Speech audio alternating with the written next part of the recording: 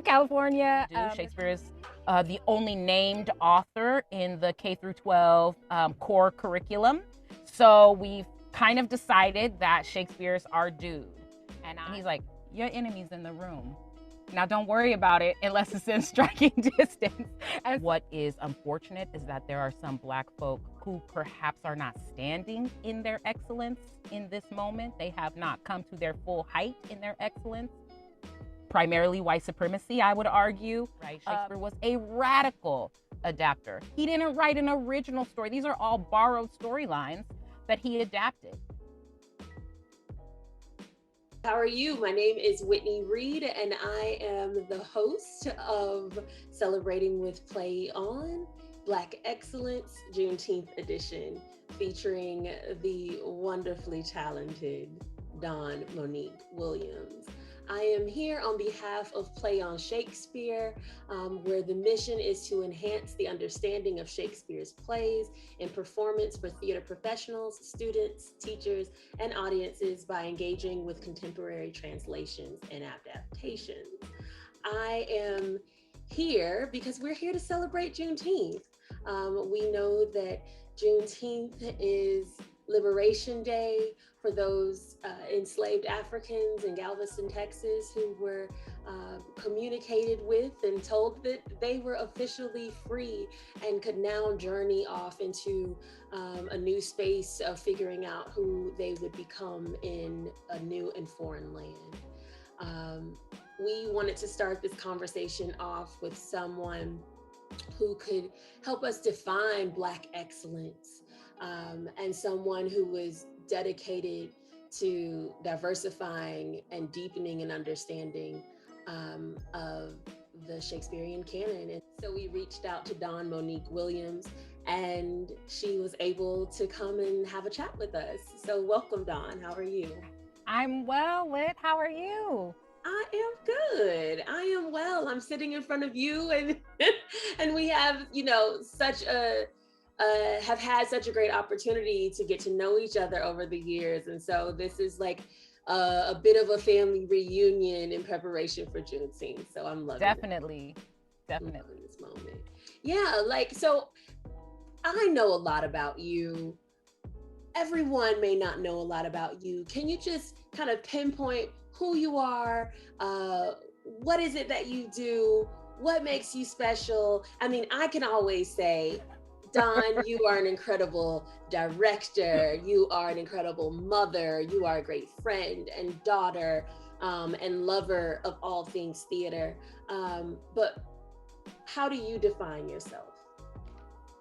Great question. How do I define myself? Well, it's true. I'm Dawn Monique Williams, and I use the she series for my pronouns. And right now I am living in an intergenerational family home in what we call it Oakland, California. It's the homeland of the Chochenyo-speaking Ohlone people. And I'm the Associate Artistic Director at Aurora Theater Company, which is located in Berkeley, California. And it's true, all that you said. I'm a theater professional. I'm primarily a director, but also an educator, a non-traditional scholar. I'm definitely a mom. That is my greatest accomplishment to date. And a daughter, and the sibling, and a pet parent too. Yeah, and I'd also say that I'm deeply invested in liberation movements and the role that theater arts can play in the work of abolition. Absolutely. Can you talk a little bit about how your journey with theater started, and then how you came into contact with Play on Shakespeare? Absolutely. I started in theater actually really quite young. When I was, I think about 6, I saw a production of The Wiz at Paramount Theater right here in Oakland, California. And I didn't know to say like, oh, Mom, I want to be an actor. That isn't what I understood of it. But I was like, whatever is happening up there on that stage, I want to do that.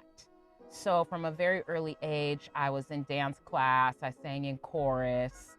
And then in my early teens, I started doing plays, like actual acting. And then right out of high school was a drama major. Thought I was gonna, be on Broadway. and over time in my early 20s, I sort of shifted gears a little bit and started focusing on directing, and have been a director ever since. So it feels wild to say, but I've been a director for over 20 years. And I first came to OSF as a patron in 2012, and then began my tenure at OSF as a directing fellow staff in 2013. And so while I was not there for the kind of pilot of Play On, when they sort of tested that first translation with Timon of Athens, I was there at the big announcement when Play On became a sort of formal thing, and they were going to commission these 30 playwrights and 30 dramaturgs to do these modern adaptations. I was in the meetings with Louis and the Hits when they came up with the name Play On. So I was there before it even had a name, when we were still calling it the Shakespeare Translation Project. And I have been a huge fan of it from the onset, and have worked on maybe a half dozen or so of the translations in various points of their iterations. That's beautiful. And so why do you work with Play On Shakespeare? Like, what is their relevance to you? What is their relevance to the world at large in translating the works of Shakespeare? Well, first of all, I believe that if we are going to be ambassadors for Shakespeare, which we are not beholden to do, no one is beholden to do that, but sort of culturally in the West, we have decided that that's what we're going to do. Shakespeare is the only named author in the K through 12 core curriculum. So we've kind of decided that Shakespeare's our dude. And I remember when I was in my K through 12 growing phase and feeling like Shakespeare was not my dude. And in fact, that Shakespeare was a tool to make me feel less than, unintelligent, not well read. So I was actually really anti-Shakespeare in my youth, until I came to a place of approaching it as an actor, as a young performer in my 20s. And of course, I fell in love with it in that context, and have been an ambassador for it ever since. And so when I was talking with Louis and learning about what the intentions of Play On Shakespeare was, I thought, this is brilliant. Because if we want to be good ambassadors for Shakespeare, we have to continue to do the thing that it is Shakespeare himself did, which is make these plays relevant and resonant for the contemporary audience that we're sharing them with, right? Shakespeare was a radical adapter. He didn't write an original story. These are all borrowed storylines that he adapted, that he tweaked some things. He exercised the use of his dramatic imagination. Why should we not? And then the parameters that are put on Play On actually really intend to do the plays themselves no harm. So I thought, if the younger version of Dawn, who had to read, Midsummer or Henry V in high school, had a side-by-side, had a companion version that was written by Marcus Gardley or Luis Alfaro, are you kidding me? I would have lit up. I would have been like, oh my gosh, this is gangster. This is hip hop. This is like, oh, Shakespeare is my dude. I would have felt that way. So I've believed this whole time really in the power of Play On, because it means no harm to the plays, and it's actually about removing barriers of access. And that is sort of my single mission in being a Shakespeare scholar and practitioner, is to remove those barriers of access so that anyone who is desirous to locate themselves in the work, and not everyone needs to, not everyone should. I'm not that person who's going to say we all need Shakespeare in our lives, but if you want it, there is a pathway for you, and I really believe that. And I think Play On has a mission that's in alignment with helping people who kind of want to be like, what's this about? Why does everybody say it's so important? Can locate themselves inside the works that way. Absolutely. I think it's interesting that you spoke about being able to speak up in the room. And I think it's interesting how we characterize what Black excellence is. You know, we're here because it is Juneteenth. We want to talk about what Black excellence looks like throughout the year. And we knew that this would be a great time to begin the celebration of what Black excellence looks like. What does Black excellence mean to you? How do you use Black excellence in your everyday life? Yeah. Well, first, the terms are synonymous for me, right?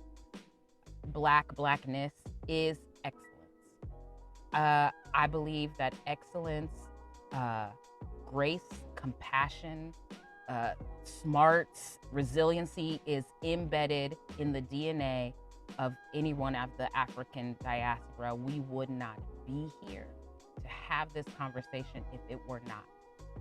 What is unfortunate is that there are some Black folk who perhaps are not standing in their excellence in this moment. They have not come to their full height in their excellence for any number of reasons, circumstances, primarily white supremacy, I would argue. So yes, we may not all be at our full height in our excellence, but I think that the potential for excellence is in us. It's in our DNA. We contain the sun, literally, right? Like literally, we are lit. And I just saw like some study that actually said the Black woman contains all the mitochondrial DNA to legitimately be the mother of civilization. It don't get no more excellence than that. That's excellence. That's it right there. Like, are you kidding me? So for me, it really is synonymous that Black is excellent. Blackness is excellent. Being of the African diaspora is excellent. Mm-hmm. Who holds you to your own standard of excellence? Who holds you accountable? Number one, my daughter, who is soon to be 20-year-old young woman. Her birthday's in September. And these young people they are not playing. They are smart. They are well-read. People like, I'm a Gen Xer, so I'm at that sort of like, yes, I have technology. I use technology, but I'm still a little suspect of it. Or like, these young people have cracked the code on this technology. So information, they have the capacity to upload so much information. So just in addition to being like the most amazing, beautiful, stunning, full of grace, most gorgeous smile human I ever know, she is also a cultural anthropology major. So it's actually her area of study is to be engaging with cultures, linguistics, art, cinema. So she teaches me so much about myself, about the world we live in. I mean, she exposes me to so much. She knows so much about Aboriginal peoples across the globe. So she definitely really holds me accountable. And then, I think my peers hold me accountable. I think my sister friends hold me accountable. And they let me know when I'm having those moments of not standing in my excellence. They pull my coattail for sure. Right. Do you ever think about your friends, your sister friends, your children as mentors? And if not, do you have mentors? I absolutely do. And I believe in mentorship as a 360 thing. I know sometimes we think of mentorship as like a top down. So certainly I have my elders that are my mentors, people who are further along in their careers, who are my mentors, people who have the experiential wisdom to mentor me. But I absolutely can be mentored from people who are younger than me, whose experiences are different than mine. I really do believe that for any relationship to be reciprocal, it has to be reciprocal. To have a relationship, it has to be reciprocal. So I certainly do think that my daughter mentors me. If I use some language that's not appropriate, anymore, we've grown away from that. She says, hey, we don't say that anymore. We've grown away from that. You know, if I slip into some sort of unconscious bias or something, she says, "Hey, mom, really? You going out like that?" I mean, like, she really hits me to that. And my students, you know, when I'm teaching, they teach me so much. So absolutely, I believe that you can have mentors that are older, younger, peers. I have a lot of friends that are my mentors. And I've been gifted to have mentors at every step of my journey. Many of them have been my educators throughout college and grad school. But certainly I found some of my greatest mentors right there at OSF, um, who I also would think of very much as sister friends, but who had something that I knew to be in their light, I would be made better by. Absolutely. Yeah, I think it's really interesting, having been at Oregon Shakespeare Festival and the level of mentorship that you experience day in and day out. And so your peers, your colleagues become your mentors. I'm kind of interested for you, because you are in the artistic realm. You are a director, and just wondering, being at OSF, being in the industry, have you had mentors that specifically help you navigate your thoughts, your thought process, your artistic excellence when it comes to Shakespeare? And like, how do you connect your Black excellence to the artistic work when you're working with the canon? Absolutely. I would say that like three people immediately come to mind when I try and put Shakespeare and Black excellence together in a container. And one of them is my grad school advisor, Gilbert Macaulay, Gil Mac. He's not even really a Shakespeare dude. Like, he's done it, he's seen it done, you know. But he gave me the space. He was like, "I don't know why you love it so much, but okay, that's what you want to do." So he gave me the space when I went to him and said, "If I do not tackle Shakespeare while I am in grad school, no one will let me do it in the world." And so he created that space for me. And in doing that, he also taught me many, many lessons.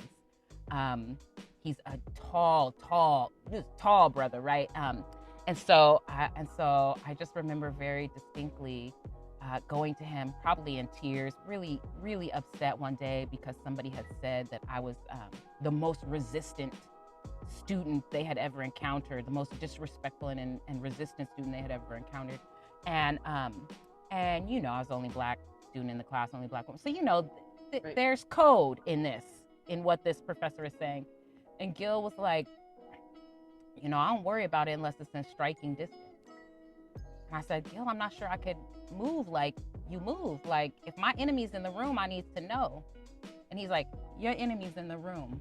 Now don't worry about it unless it's in striking distance."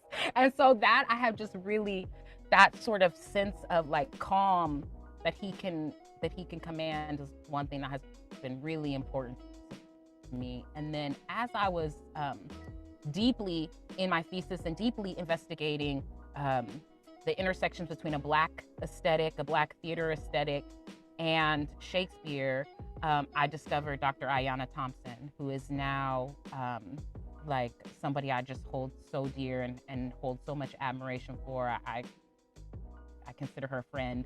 She has been a beacon to me these many years, because before I ever knew her, I was reading all of her books. I was Googling her, and then I had the opportunity to meet her at OSF, and we've just stayed in touch. Talk about a mentor. I've had the good fortune, even just during this theater shutdown, to be in such nutritious conversations with Ayanna, that I'm indebted to her for her body of work, for her continued interrogation of Shakespeare, for her open ear and open heart when I'm having a crisis. And then, of course, Sharifa Joka, right there at OSF. who, again, like Gil was kind of like, Shakespeare's not my dude, but you want to do it. So how are you, so what you gonna do, right? And Sharifa really being that voice in my ear who was like, you are a force in the American theater. And you are here now, you are at OSF, and you have the keys. So how are you opening the door? How are you leveraging this privilege? How are you leveraging this opportunity to do the most good towards racial justice, towards economic justice? There's so many things that Sharifa really got me thinking about in terms of my positionality as a Black Shakespearean in the larger theater landscape. So those three people come immediately to mind when I think of Shakespeare and Black excellence. I think it's beautiful. I have not had the chance to meet Gil, but I know that Ayanna Thompson is a board member with Play on Shakespeare. And I've had the amazing privilege to study under Sharifa Joka. So I absolutely agree with you. I'm interested when you receive a script or when you seek out a script, what is your process for producing something on stage that resembles the experience of your people and bringing in, your lived experience to Shakespeare in a way that we may not have ever seen it on stage prior? Yeah, that's a really great question. My approach to any play,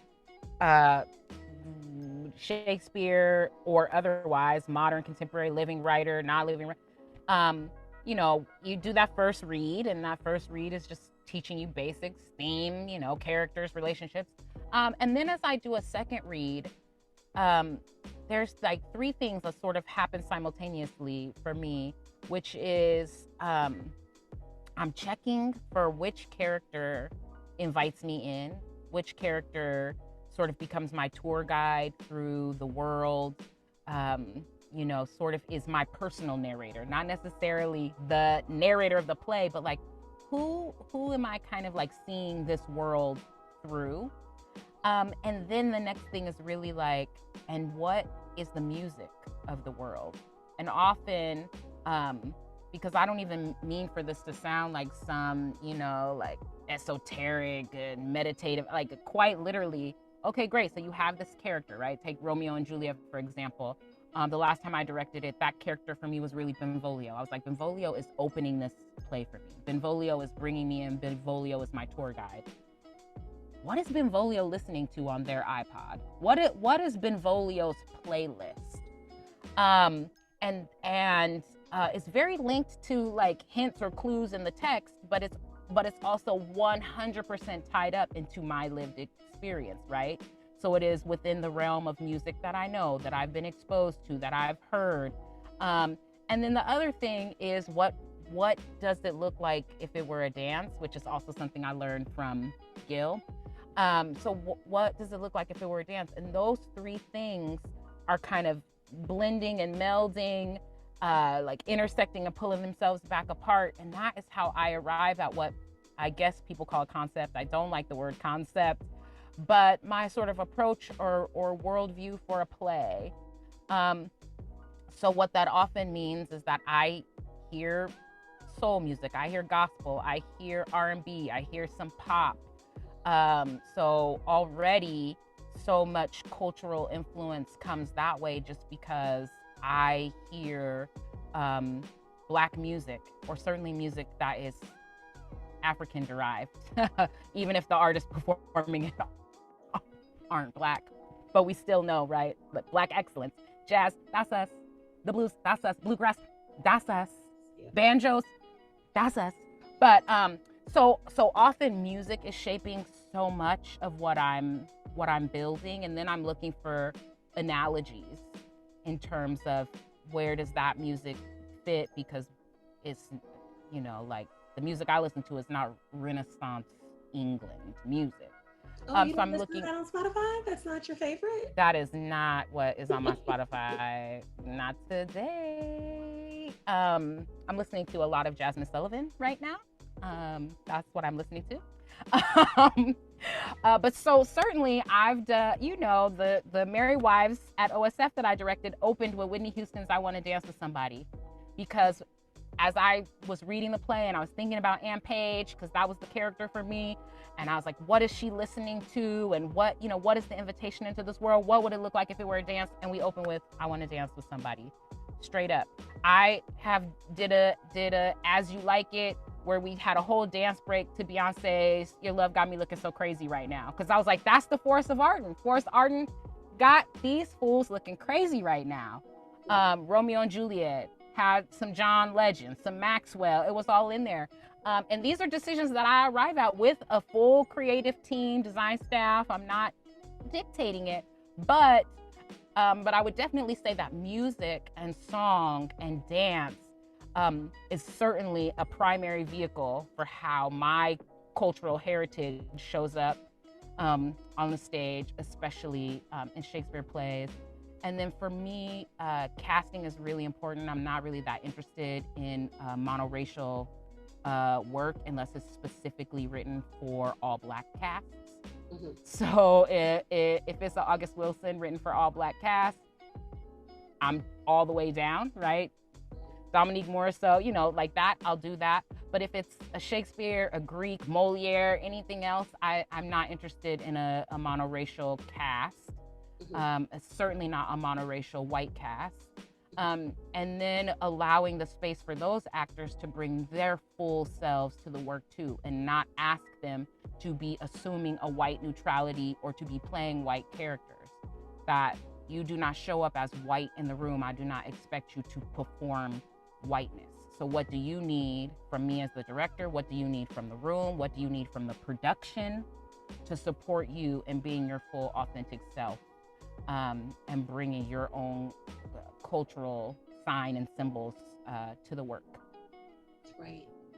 And it's interesting that you have just done so much work in the industry, whether it's on the canon or whether these are contemporary productions. I'm kind of interested in understanding what your process is for when you receive pushback. Only because you've worked in so many different spaces across the country, and as understanding of self grows, especially for those who are related to the colonizer, may have unconscious bias of what a Shakespearean director looks like or should produce on stage. How do you deal with that pushback when you receive it? That's a great question, Whit, because I do receive it. There are gatekeepers. There are people who believe that they are the authority on Shakespeare production. And very often I am responsible to white male artistic directors who have their own sort of vision for how these plays should be done, or certainly feel that they know best how their audience will receive these works. And so if I'm being honest with you, this is still like a growth edge for me. In 2017, early 2018, I decided to take a step back from classic work. I decided to take a step back from Shakespeare because I was not allowed to be the cultural authority in the room. And not that I ever need to be the authority in the room. I actually believe in the collective wisdom of whoever is making the play. But to feel like I was being somebody's alibi or diversity hire for some white man to execute a vision by proxy, so using me to execute a vision. So I actually stepped back from classic works, and I did a Shakespeare in 2019, but between 2017 and now, I have not directed any Shakespeare except for the one, and it's only been, honestly, over the course of this theater shutdown that I have had the space, the brain space, to sort of make sense of where I am emotionally with that. I've been invited to many conversations on Shakespeare and race during this shutdown. Louis sort of hinted at that when we were just in the green room, that I've been on a number of panels to talk about being a Black Shakespearean. And so this time of not practicing theater, certainly in the way that we're used to, in the live moment in the room together, has really given me opportunity to understand how I feel about gatekeepers, and how I will not be held hostage by gatekeepers, how I need to be presumed the cultural authority in the room if I'm directing a classic play from my world view. And Louis provided you with a quote about my Shakespeare tattoos, and one of them is "Non sans droit," which is the motto on the Shakespeare family crest, and it means not without right. These plays belong to me. They are my cultural inheritance. They are held in the public trust. I can do what I want with them, same as anybody else. So if some person of a different race or gender persuasion than me wants to set Pericles on the moon, then why can't I explore Pericles very intimately as a play about the African diaspora? I'm telling you, these people should call me, because my Pericles would be so lit. If you just read Pericles, it is right there. This Pericles is so, like, Black people know this. We read Pericles and we're like, this is about this is us. This is the journey of leaving home. This is crossing seas. This is being separated from loved ones. This is being sold into bondage and slavery.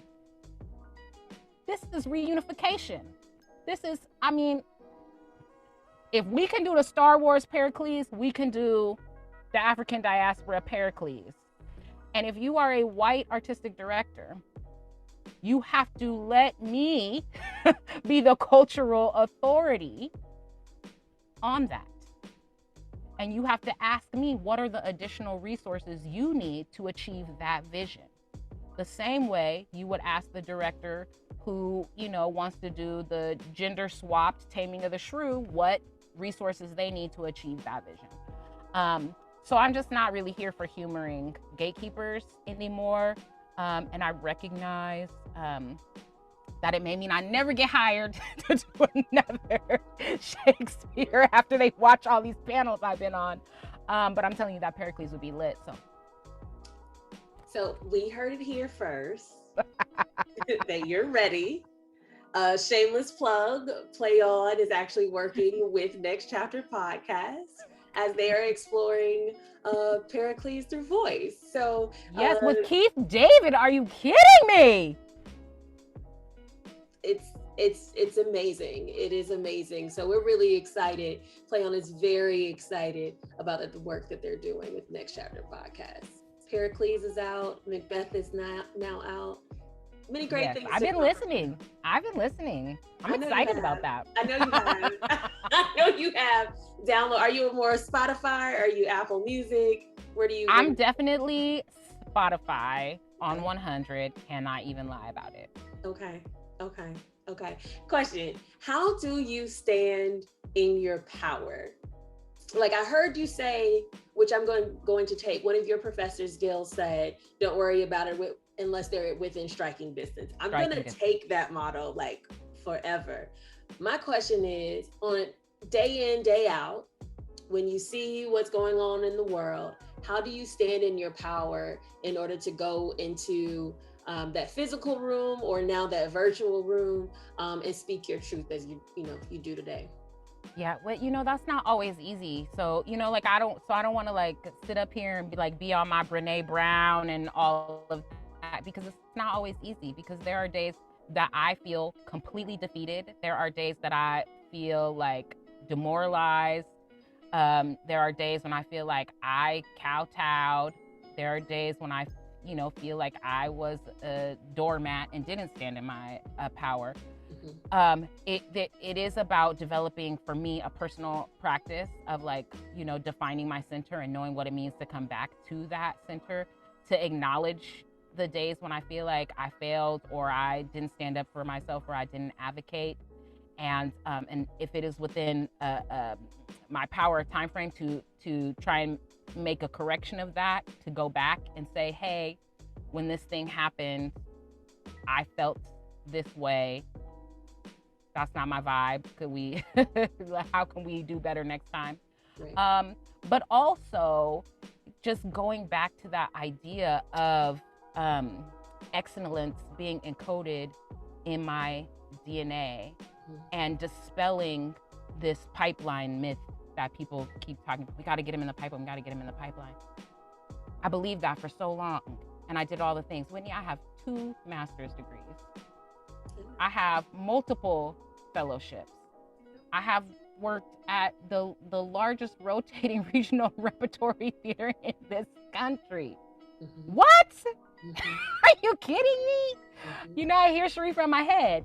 You are a force.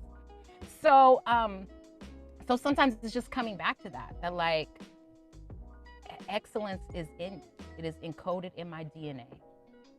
Do not be afraid. Show them who you are. And if they don't like it, that's on them. Because for any gatekeeper, anybody that is like, too much to this, she's, we don't want that Whitney Houston in our Shakespeare, whatever. There's somebody else that's like, yes, boo, yes. So grow, not just go, but grow where there's love. Mm-hmm. Grow where there's love. And so that is something that I've had to hold on to. Like I said, when I stepped back in 2017, from like doing classical work, I decided I don't do like New Year's resolutions, but I do like intention setting and goal setting for every year. And I remember very specifically, 2018, I wrote it down, grow where there's love. So theaters that were inviting me back, even if the pay wasn't, like the most that theaters that were inviting me back, that had treated me, with kindness, with love, that had been good for me, I was like, I'm not gonna make it about money. I'm gonna go where there's love. Absolutely. Theaters that were inviting me back that maybe they hadn't offered me that, not gonna be able to do it. Right. So, And that takes a standard of knowing who you are, what you're capable of, what you can handle, what you can't, what's not serving you. Yeah. It's not a perfect practice, right? Like there are days where I'm like, oh, why'd you give that up? Why didn't you say something? But it, it is a practice. It is a practice, right? Okay, quick little 5-minute game for you. Imagine that you got to cast and direct your favorite Shakespeare piece. What show would you do?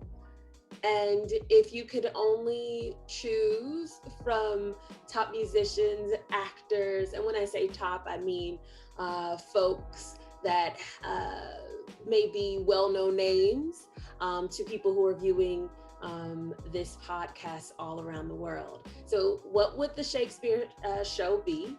And then how would you cast it? Okay, so first of all, my favorite Shakespeare ever is Romeo and Juliet. But also, I'm feeling really ready and eager to tackle A Measure for Measure. So like I have the list of the things I'm ready to do. But when you ask me that question, all I can think about is this assignment that I did when I was a sophomore in college, all the way back. And I took a comedy class. And we were asked this question. And it didn't have to be a Shakespeare play, but I chose a Shakespeare play. And I chose Comedy of Errors. And my dream casting, dig this, would be if the 2 Antipholi were Denzel Washington and Blair Underwood, and the 2 Dromios were Martin Lawrence and Will Smith. Now, this is right after the first Bad Boys came out. This was like right after Bad Boys 1 came out.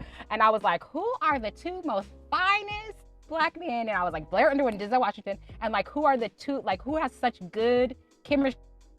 And it was Martin and Will Smith. And so it's 20-some years later, but you asking me that question is like, that still would work.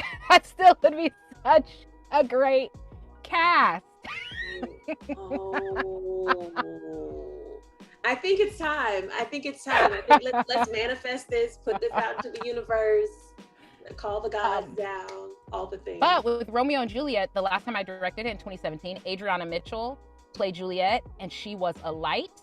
And maybe in 2017, people didn't know Adriana. I know you did, but maybe other people didn't. But now Adriana is a freaking star, right? She's on Snowfall. I mean, if I could get on her calendar, me and Adriana, we could go. And you know who played Romeo? Sadiq Sanderson, who is on the Wu-Tang series on Netflix. So they're stars now. They weren't then, but maybe if they'd have me, we could do it again. That sounds like an amazing cast. Both of those casts, actually. And I want to see those shows. It's coming. I feel it.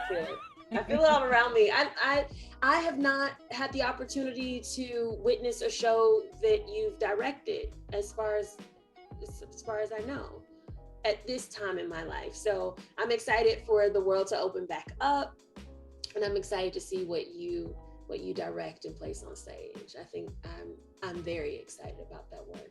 Okay, we're gonna finish it up, but I am really interested if you could talk a little bit about your current work and what you're working on, what is in the works. I know directors don't often like to talk about what's in the works until it's official, but if you could give us a little peek into your world. Yeah. Well, I am directing a production of Dance Nation coming up in the fall, the Claire Barron's play about a competitive dance studio, and all the 13-year-old girls are played by grown women of varying ages. So that's coming up. But I'm right now in the thick of development on a new play with this writer Cleavon Smith, who's based in the Bay Area, and he's writing this play. That's what we're waiting to find out. Title. And we just did a developmental reading, and we'll be doing a full production at Aurora next season. And he started writing the play sort of before the shutdown, and it was about cancel culture and this idea of where we sit with cancel culture. And there's this public intellectual who kind of believes in a more radical middle in terms of activism. And then, all those protests broke out over the summer in response to the murders of George Floyd and Breonna Taylor and so he added this additional frame to the play. So it's set at Cal Berkeley, and a member of the Black Student Union is met with police violence. And so the students of the Black Student Union are calling for radical reform. And what the university does is bring in this Black author, this public intellectual, who's about this more let's have deep dialogues, and they're let's blow some stuff up. And so what's really beautiful, it's a 4-character play, and what's really beautiful is that it's really framed around these intimate dialogues between these group of Black characters of different generations who are really trying to unpack what it means to be an activist, what it means to be radical, how a younger generation views a radical spirit versus an older generation, and where there's synergy and where we just are not on the same page anymore with our elders. It's this very, very, very powerful play that he's written, and I'm really excited to be the first director to kind of help him birth this very potent story. Beautiful, beautiful. Dawn Monique Williams, thank you so much for coming today virtually. We really appreciate it. We're so excited that you are the first to speak on Black excellence as you celebrate with Play On Shakespeare in celebration of Juneteenth 2021. So thank you so much for being here. For people that want to follow you, what are the best ways that they can reach out to you? Sure. I have a website, dawnmoniquewilliams.com. Fine. I'm on the Insta at DMW_directs. I'm on the Twitter at DMW_directs. I gave up Facebook in the run up to the election and realized my life was much better without it. So don't bother trying to find me on Facebook.